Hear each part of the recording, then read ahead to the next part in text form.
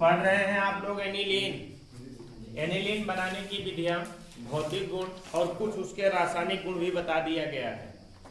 Aniline बनाने की विधियां, भौतिक गुण और रासायनिक गुण। रासायनिक गुण के अंतर्गत क्षारीय प्रकृति, एल्कलीकरण, एसिलीकरण, कार्बिल एमीन अभिक्रिया और एल्डिहाइडों के साथ अभिक्रिया। एनिलीन की इतनी अभिक्रियाएं बता दी गई हैं। रासायनिक गुण के अंतर्गत आज एक नया रासायनिक गुण पढ़ना है। सबसे पहले पढ़ना है आपको 6 नंबर का होगा, कार्बन डाइसल्फाइड के साथ अभिक्रिया। कार्बन डाइसल्फाइड, कार्बन डाइसल्फाइड का फार्मूला क्या होता है? CH2। कार्बन डाइसल्फाइड के साथ अभिक्रिया। कार्बन डाइसल्फाइड के साथ अभिक्रिया किस तरीके से होती है एनिलीन की? आइए देखते हैं। एनिलीन के दो मॉलिक्यूल्स का मतलब C6H5NHH, फिर क्या C6H5NHH। देखिए C6H5NH2, C6H5NH2 इसके दो मॉलिक्यूल्स कार्बन डाइसल्फाइड के साथ अभिक्रिया करते हैं। कार्बन डाइसल्फाइड का फार्मूला स्ट्रक्चर क्या होता है? S double bond C double bond S। जिस तरीके से कार्बन डाइऑक्साइड होता है उसी तरीके से कार्बन डाइसल्फाइड होता है। Carbon dioxide CO2, carbon disulphide CH2। यहां से क्या निकल जाएगा आपका? H2S, hydrogen sulphide. Hydrogen sulphide और हाइड्रोजन सल्फाइड निकलने के बाद CF जाकर के इसके साथ में जुड़ जाता है और बनाता है क्या है? डाइफेनिल थायोयूरिया बनाएगा क्या आपका? देखिए C6H5NH bond C double bond S, फिर C6H5NH बॉन्ड और प्लस निकलेगा क्या आपका? H2S। इसका नाम क्या होता है? डाइफेनिल थायोयूरिया का निर्माण होता है। डाइफेनिल थायोयूरिया बनता है ना? कार्बन डाइसल्फाइड के साथ अभिक्रिया कराते हैं। और देखिए यहाँ पर देखिए, अगर हम ग्रिग्नार्ड अभिकर्मक की अभिक्रिया इसी की करा दें, इसकी अभिक्रिया ग्रिग्नार्ड अभिकर्मक की अभिक्रिया करा देते हैं तो किस तरीके से अभिक्रिया होती है? देखिए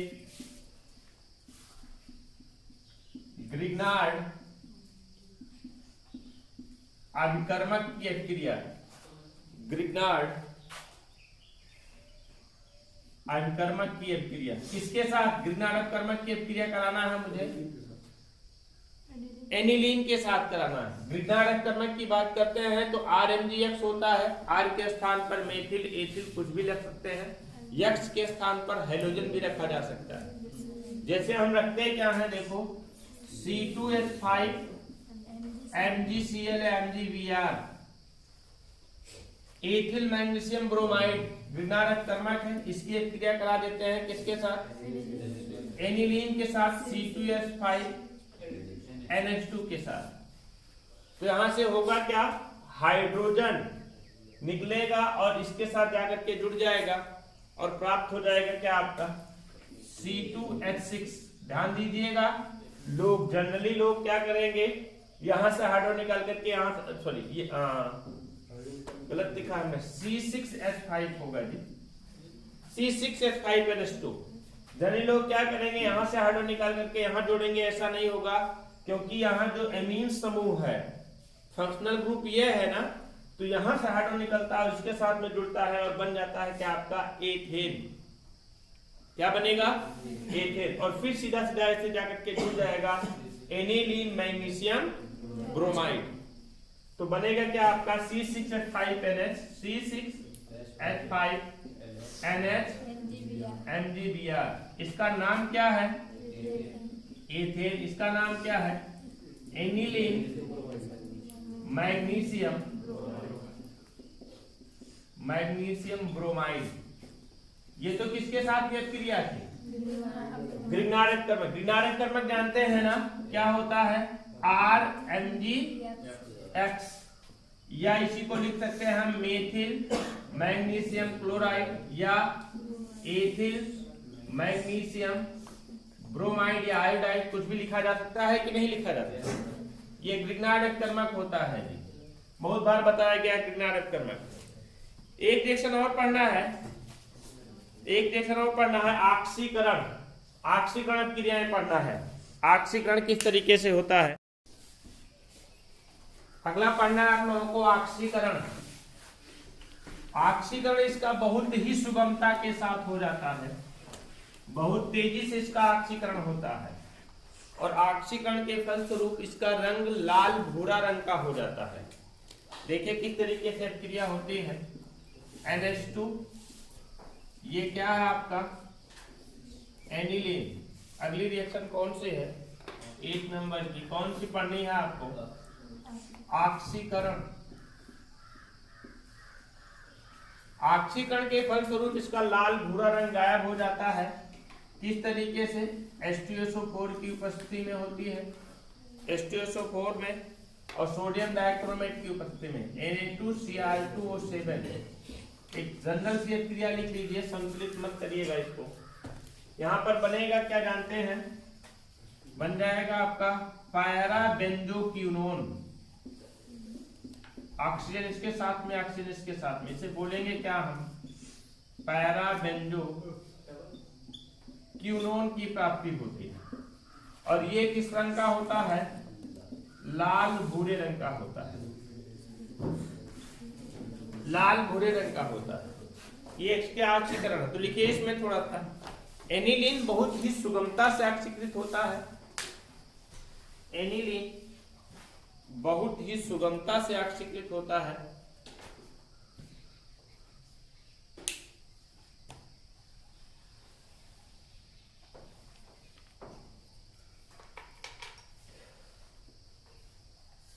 वायु में रखने पर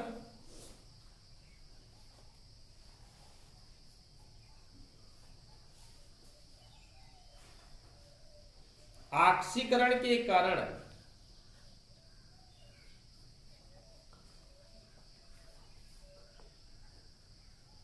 एनिलीन का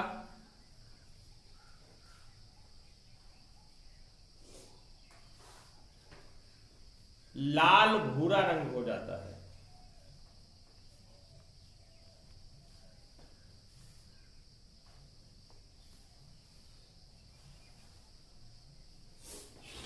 और पैरा बेंजोक्विनोन का निर्माण होता है।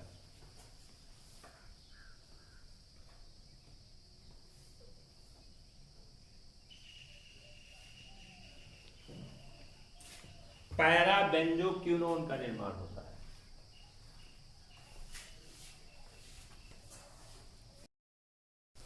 अगला पढ़ना है आप लोगों को डाइएजोटीकरण। अगली रिएक्शन पढ़िए, डाइएजोटीकरण।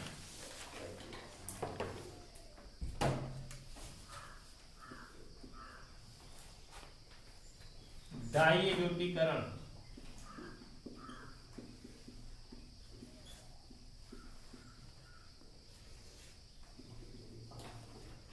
डाइएजोटीकरण में क्या होता है, एनिलीन की क्रिया कराई जाती है सोडियम नाइट्राइट और हाइड्रोक्लोरिक अम्ल के मिश्रण के साथ। सबसे पहले क्या होता है, सोडियम नाइट्राइट NaNO2 और हाइड्रोक्लोरिक अम्ल HCl आपस में क्रिया कर लेते हैं और बना लेते हैं क्या, बनाएंगे क्या आपका NaCl और HNO2, HNO2 प्लस क्या बनेगा आपका NaCl, यही बनेगा।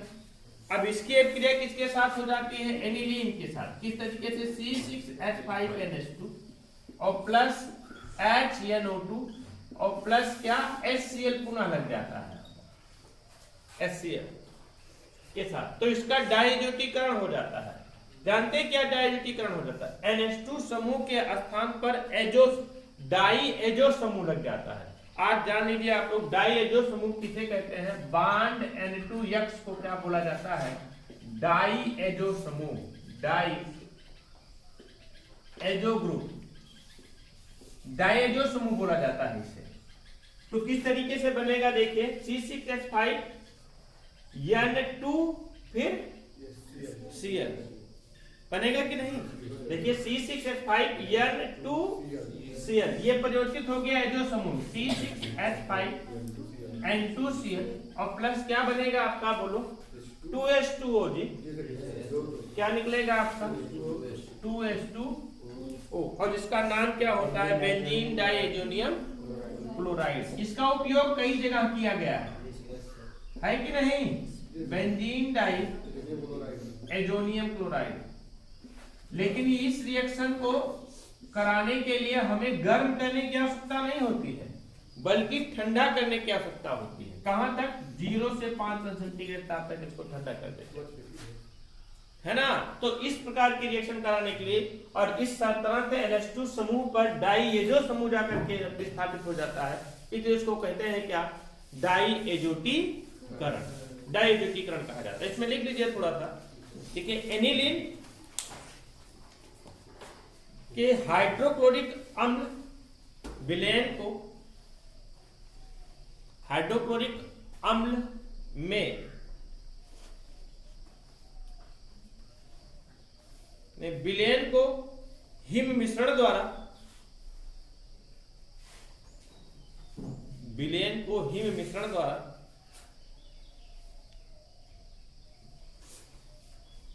0 से 5 अंश सेंटीग्रेड तक ठंडा करके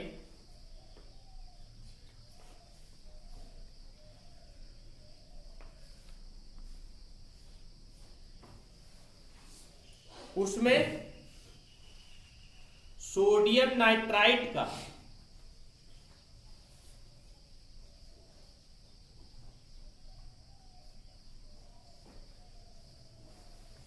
हिम शीतित संतृप्त विलयन मिलाने पर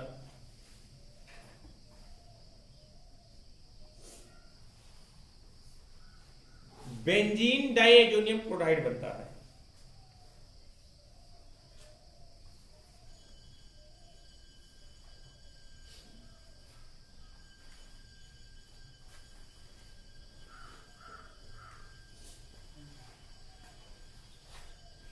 इस क्रिया को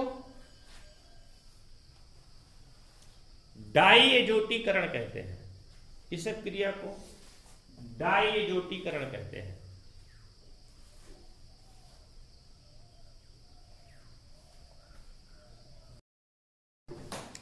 अब आगे पढ़ना है आप लोगों को बेंजीन रिंग की क्रिया है। बेंजीन रिंग की क्रिया है।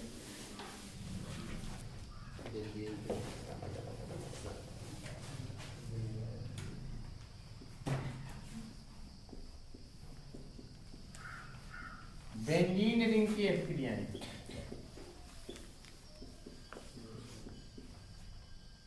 बेंजीन रिंग की क्रियाओं के बारे में जानना है आप लोगों को। बेंजीन रिंग की क्रियाएं क्या है, सबसे पहले जानना है आप लोगों को हाइड्रोजनीकरण।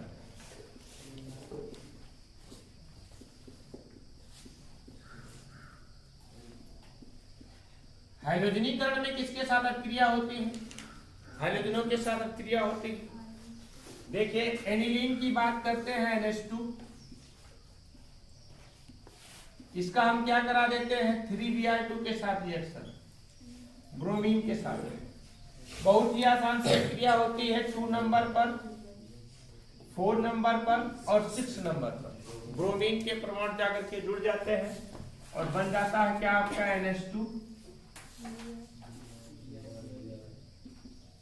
ब्रोमीन यहाँ पर और यहाँ पर, तो बनेगा क्या 2,4,6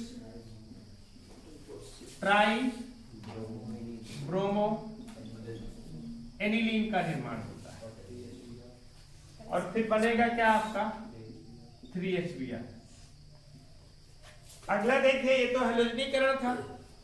अगला सल्फोनीकरण।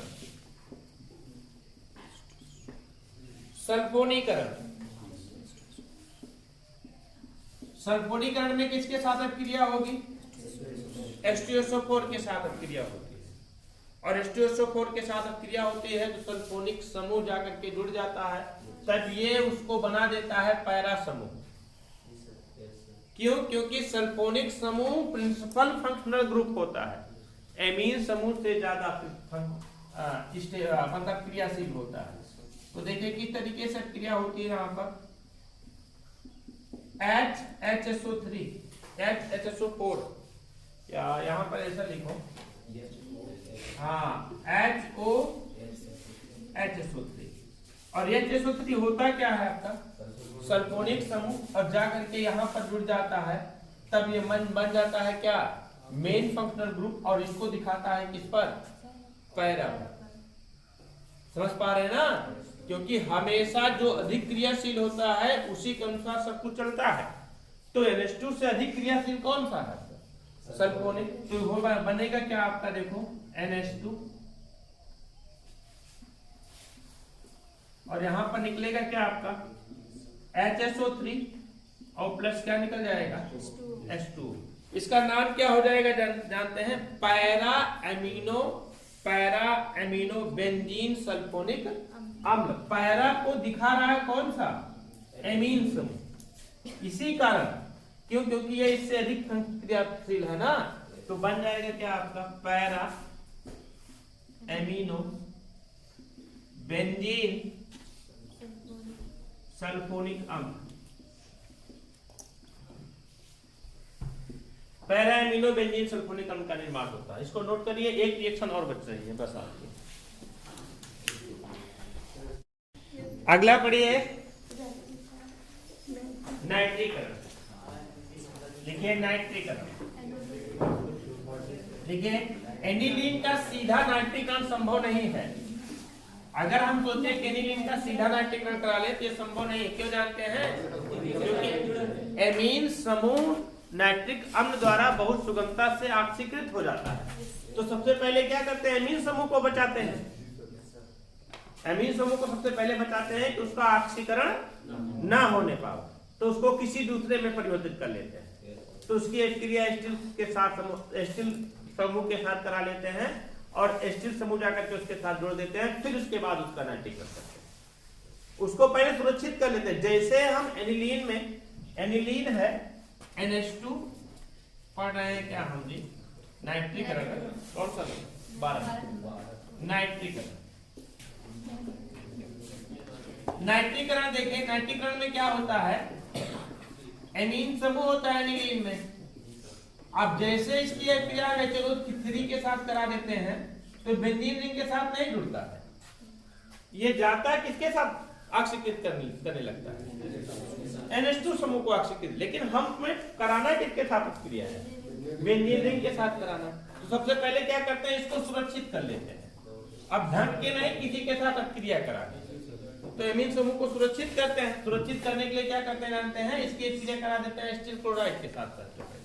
जैसे हम इसकी क्रिया एस्टिल क्लोराइड के साथ कराते हैं, CH3COCl के साथ करा देते हैं, CH3COCl के साथ कराते हैं, तो यहां से क्या होता है कि एस्टिल समूह के द्वारा हाइड्रोजन हटा दिया जाता है, और एस्टिल समूह जाकर के इसके साथ जुड़ जाता है, और निकल जाएगा यहां से क्या आपका HCl, और प्राप्त हो जाएगा क्या आपका NHCOCH3, और ये सुरक्षित हो गया आपका।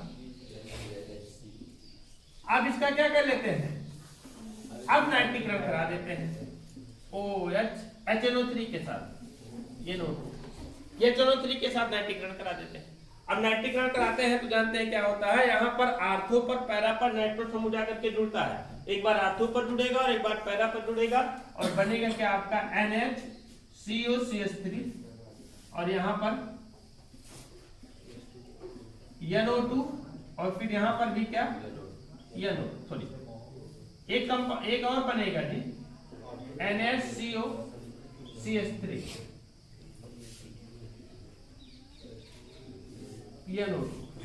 है ना। नाइट्रीकरण हो गया। अब इसका क्या करा देते हैं हम, सल्फ्यूरिक एसिड के साथ पुनः क्रिया करा, HCl के साथ पुनः क्रिया करा देते हैं, तो क्या बन जाएगा देखिए CH3COOCl निकल जाएगा, और NH2 जाकर के इसके साथ जुड़ जाएगा। अब ये हमारा जो समूह दूसरे में परिवर्तित किया था, हमें इसको एमीन में परिवर्तित करना है, तो इसको एमीन में परिवर्तित करने के लिए इसका हम अम्लीकरण करा देते हैं, या कह सकते हैं जल अपघटन करा देते हैं। तो क्या बन जाता है देखो NH2, यहां पर लगेगा क्या आपका NO2, और प्लस क्या NH2, और फिर आर्थोनाइट्रोएनिलीन पैरानाइट्रोएनिलीन, का मिश्रण प्राप्त होता है और यहां से निकल जाएगा क्या आपका CH3CO Cl की प्राप्ति होती है। समझ रहे ना? तो इसे क्या कहेंगे हम? नाइट्रीकरण कहते हैं। तो लिखिए एनिलीन का सीधा नाइट्रीकरण संभव नहीं है,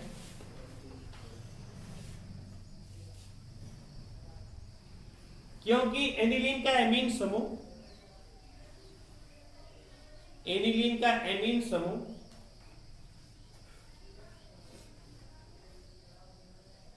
नाइट्रिक अम्ल द्वारा सुगमता से ऑक्सीकृत हो जाता है।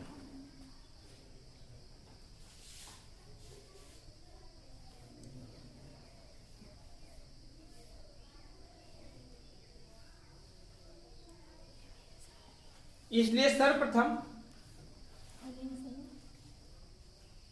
नाइट्रिक अम्ल द्वारा सुगमता से ऑक्सीकृत हो जाता है। इसलिए सर्वप्रथम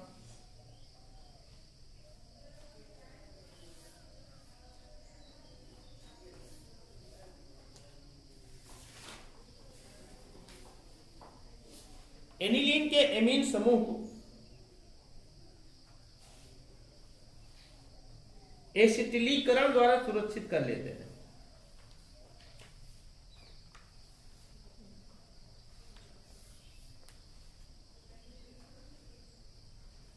एसिटिलीकरण द्वारा सुरक्षित कर लेते हैं।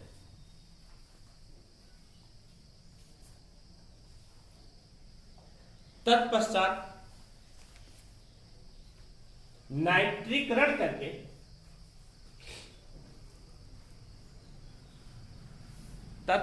नाइट्रीकरण करके आर्थो नाइट्रोएनिलीन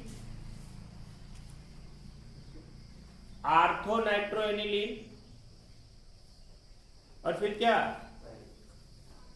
पैरा नाइट्रोएनिलीन का मिश्रण प्राप्त करते हैं। आर्थो नाइट्रोएनिलीन, इसका नाम क्या है जी? इसका नाम है क्या? आर्थो नाइट्रो एनिलीन, और इसका नाम क्या है? पैरा नाइट्रो एनिलीन का मिश्रण प्राप्त करते हैं। देखिए एनिलीन के उपयोग पढ़ लेते हैं यहीं पर हम तुरंत। एनिलीन के उपयोग, यूज ऑफ एनिलीन। सबसे पहला उपयोग कहां करते हैं इसका? रंजक के निर्माण में। सबसे पहला उपयोग कहां करते हैं? रंजक के निर्माण में। रंजक जानते हैं ना? हाँ, रंजकों के निर्माण में। रंगने वाले पदार्थ को रंजक कहा जाता है। दूसरा उपयोग कहां करते हैं इसका? दूसरा उपयोग करते हैं रबर के बल्कनीकरण में। रबर के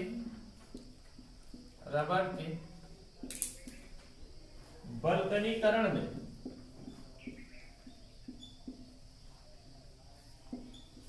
रबर के बल्कनीकरण में। अगला उपयोग कहां करते हैं? बेंजीन डाई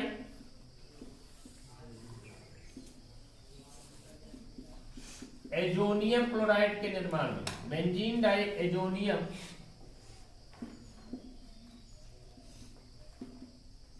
क्लोराइड के निर्माण में। इतना जगह इसका उपयोग किया जाता है। ठीक है, एनिलीन पूरा समाप्त हुआ, इसमें अब कुछ शेष नहीं बचा हुआ है। हम कल से पढ़ाते हैं नेक्स्ट चैप्टर।